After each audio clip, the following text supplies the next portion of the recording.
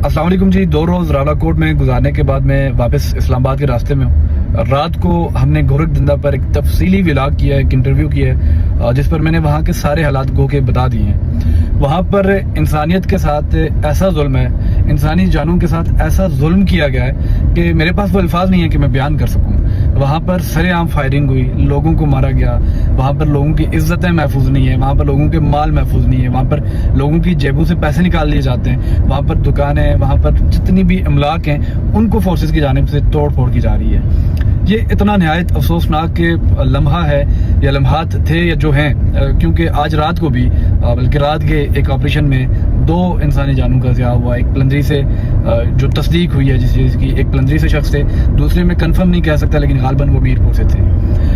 یہ فورسز آزاد کشمیر کے اندر عوام کو مشتعل کر کے ایمرجنسی نافذ کرنا چاہتی ہیں اور آزاد کشمیر کو صوبہ بنا کر وہاں پر جیسے انہوں نے وزیرستان میں ظلم و ستم ڈھائے, جیسے بلوچستان میں ایک ظلم اور جبر کا قہر ڈھایا جا رہا ہے, اس طرح کا سلسلہ یہاں پر قائم کرنا چاہ رہے ہیں. اور ایکشن کمیٹی کے ذمہ داران کی, وہاں پر جو عوام ہے ان کی, ہم سے اور ہمارے توسط کے ساتھ انہوں نے کہا کہ آپ لوگوں کو جا کر بتائیں کہ ہمارے لیے ہیش ٹیگ ٹرینڈ چلائیں, save over souls, save over lives کے آپ ہیش ٹیگ چلائیں, ٹرینڈ بنائیں.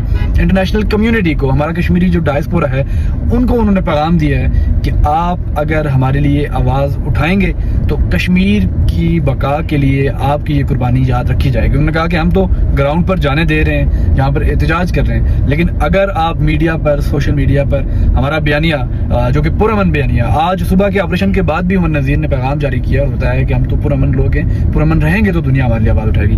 بہرحال جو میں ان آنکھوں سے دیکھ کر آیا ہوں, جو میں سمجھ سکا ہوں, وہاں پر جو حالات ہیں, وہاں پر کرفیو کا سماں ہے. آپ بازار کے اندر جانے کی کوشش کریں گے تو سٹریٹ فائر کر کے انسانی جان لی جائے گی, وہ یہ نہیں سمجھیں گی کہ یہ کوئی انسان ہے یا جانور ہے. یعنی اس حد تک وہاں پر ظلم ہے.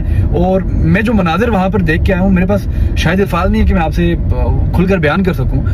میں جو حالات دیکھ کر آیا ہوں, وہ اسلام آباد کے اندر بیٹھے لوگ, وہ ہمارا جو انٹرنیشنل کشمیری ڈائسپورا ہے, جو لوگ آج بلکہ یو کے میں ایک بڑا احتجاج ہو رہا ہے, وہ لوگ میرا نہیں خیال کہ سوشل میڈیا پر دیکھ کر اس چیز کا اندازہ لگا سکتے ہیں. بہرحال پونچھ کے لوگ اور وہاں پر جتنے بھی لوگ جہاں سے بھی آئے, باغیرت لوگ ہیں, باجرت لوگ ہیں, مہمان نواز لوگ ہیں, لوگ اپنے گھروں سے جو کچھ ان کے گھروں کے اندر موجود ہے وہ لا کر عوام کے حوالے کر رہے ہیں. وہاں پر جو لوگ ہیں ان کی مہمان نوازی کر رہے ہیں, ان کے لیے دن رات ایک کیے ہوئے ہیں. لوگوں نے اپنے گھروں کے دروازے کھولے ہوئے ہیں کہ آئیں, ہم یہاں پر موجود ہیں. خواتین کی بڑی تعداد موجود ہے جو کہ واپس جانے کو تیار نہیں ہے, وہ سوال کر رہے ہیں. میں نے اس رات کے, میں آپ کو اگین کہہ رہا ہوں کہ اگر آپ تفصیلات جاننا چاہتے ہیں کہ وہاں پر کیا چل رہا ہے تو آپ گورکھ دندہ پر ہمارا ولاگ دیکھیں, کیونکہ میں نے آدھے گھنٹے سے زائد کا وہاں پر سارا آپ کو جو بھی سینیریو بتایا ہوا ہے, تو آپ وہاں دیکھیں گے تو آپ کو سمجھ میں آئے گا کہ کیا چل رہا ہے. لیکن اگر میں آپ کو ان شارٹ بتاؤں تو وہاں پر خواتین نعرے لگا رہی ہیں کہ ہمارے بچوں کی, ہمارے بزرگوں کی, ہمارے لوگوں کی جانیں لی گئی ہیں, اب ان جانوں کا بھی آپ نے حساب دینا ہے. وہاں پر تحریک ایک مختلف سمت میں جاتی نظر آ رہی ہے.